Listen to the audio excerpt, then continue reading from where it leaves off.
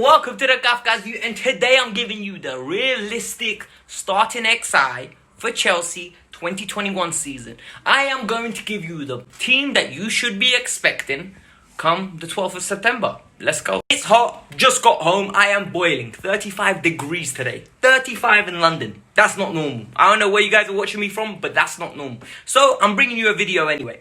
Chelsea's first 11 for next season. It's going to be a realistic one. It's going to be players that we have been linked with, and I think the deal will get done. If I believe the deal won't get done, I'm not going to put it in. But let's go with it. Before we get started, do me a massive favor. 200 likes for this video. So do your part. Everybody, help me out. Just hit the like button. It takes literally 3 seconds. Subscribe to the channel if you're new, and I will bring you all the latest transfer news on this channel, match reviews, previews, as you guys love it. Conventionally, we're going to start from the top all the way down. Okay, so our striker will be Timo Werner. Timo Werner is a German machine. He is rapid. Timo Werner is a clinical finisher, and yet he is so left-footed, it is ridiculous. He loves a high line. He's not very good at leading the line by himself, but I think we are going to be so fluid, so versatile, that is going to be a beautiful sight to behold. Timo Werner being up top, being our target man.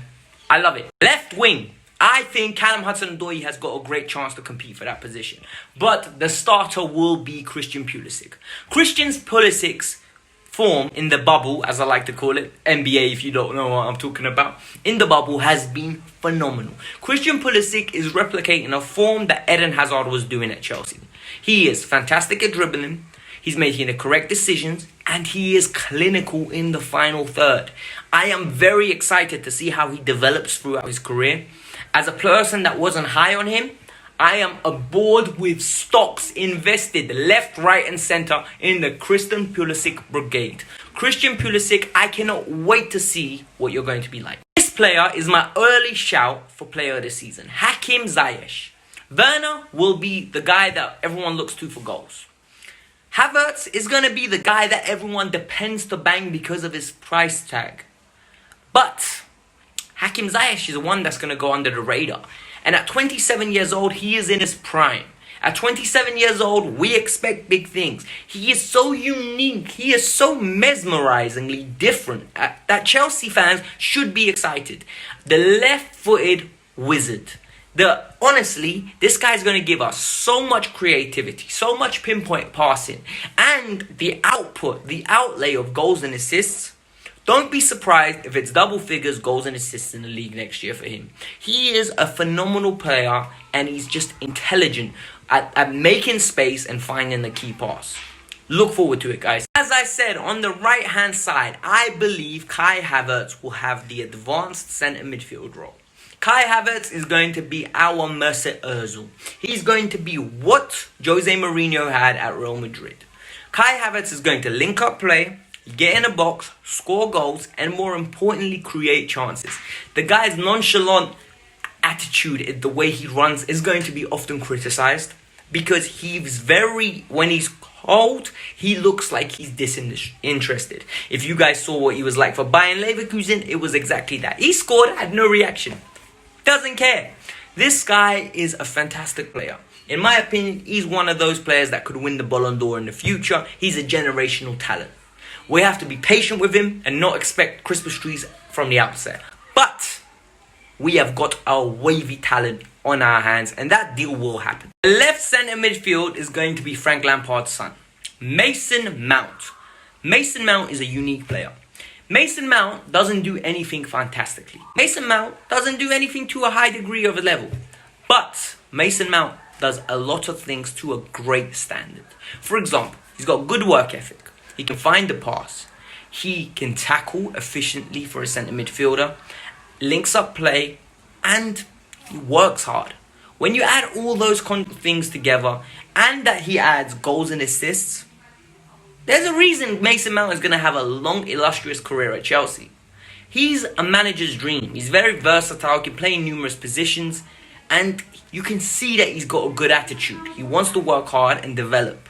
Mason Mount is going to be that left centre midfielder. I think Mateo Kovacic is going to be his understudy and back up in the bigger games when Frank wants to go more cautious, but Mason Mount will be the default starter. Centre defensive midfield, guys. The centre defensive midfield cat is going to be our best player. N'Golo Kante is our best player. He has got injury worries, but I don't think he's going anywhere. N'Golo Kante will have a team built around him, in my opinion, at CDM. He's going to provide the protection that this defense needs. I don't think it's his best position, but I think Frank is going to try shoehorn him in. Until we find a solution for that position, N'Golo Kante will be the option. I think Jorginho is going to leave, so we are not going to have him anymore, providing an alternative. But at the same time, Kovacic can fill in there, and Ethan and Pardew is coming back. And he could be the relevant cover that we need in that position. If we look at it in a realistic standpoint, our left back, I personally believe, is going to be Ben Chilwell. I think that deal will get done. I think Frank Lampard has got his heart set on him. I think Ashley Cole is a prominent feature in this as well. He thinks he's good enough. They both are pushing the club to sign this player. Peter Cech will do what they say because they're friends. At the end of the day, there's a good relationship at the club right now. From the hierarchy at the top, down to management level, down to the players, down to the youth academy. So if Frank wants him, we got to give him what he wants. Because I don't want no excuses next season. Well, I didn't want Tagliafico. I wanted Ben Chilwell. You didn't get me that. Frank, the quicker you get him, there'll be no excuses. Be careful. But Ben Chilwell will come in. He's an adequate defender, adequate going forward. It'll be what it is. One of the centre-halves will be Kurt Zouma. Kurt Zouma is a good defender. Kurt Zouma is a proper defender, in my opinion. Likes to put a tackle in. He's smart. He's quick. He moves off the ball very well. He reacts to situations very well. But he does have brain farts. He does have moments where you're like, Zouma, what are you doing, mate? Zouma. It is what it is. Sometimes you have to put up with it because we don't have another option. Christensen, not good enough. Rudiger, not good enough. Tomori needs a loan because he needs to play week in, week out. And sadly, Frank doesn't trust him. So I think Zuma's going to be the number one choice for next season. This next and final signing is going to be, and I'm telling you right now, it's going to be Declan Rice. Declan Rice is going to become our centre-back. Frank Lampard views him, every single application I've been reading, as the heir to John Terry. I'm worried about that. We're going to spend a massive outlay on a player who has not played majority of his games at professional level at this standard, at this Premier League standard as centre-back. He's played at DM. What evidence do we have that Declan Rice can be the solution? I want him to be the solution, but I'm very scared. It's going to cost us around about £60 million. And the fact that it's going to cost us around £60 million is worrying. It really is worrying. I think we're really sorted out at the right back position. Azpilicueta and Reece James are phenomenal. The two of them have the right blend of experience and young, naive talent. For example, with Reece James, it's cross at every position. Azpilicueta is solid defensively. Reece needs to develop. I think Reece will be our default right back. I think if things go bad, Aspi might come in. But there's going to be a direct competition between the two of them. And I think it will help Reece to dethrone the king. Because at this moment in time, Aspi is the number one right back. But I think once the season starts and gets underway, it will be Reece James, and Reece James will be the heir to the throne of right back. He is a very good player. He needs to lose a little bit of weight, get off the donuts, and start playing like a proper right back. He has got so much potential to be fantastic. But he needs to get his diet in check, in my opinion. Because look at the size of him. He's too big. Kepa is going to retain his position as the number one keeper. Hear me out. We want so many keepers. We want everything and anything. But Andre Onana has gone quiet.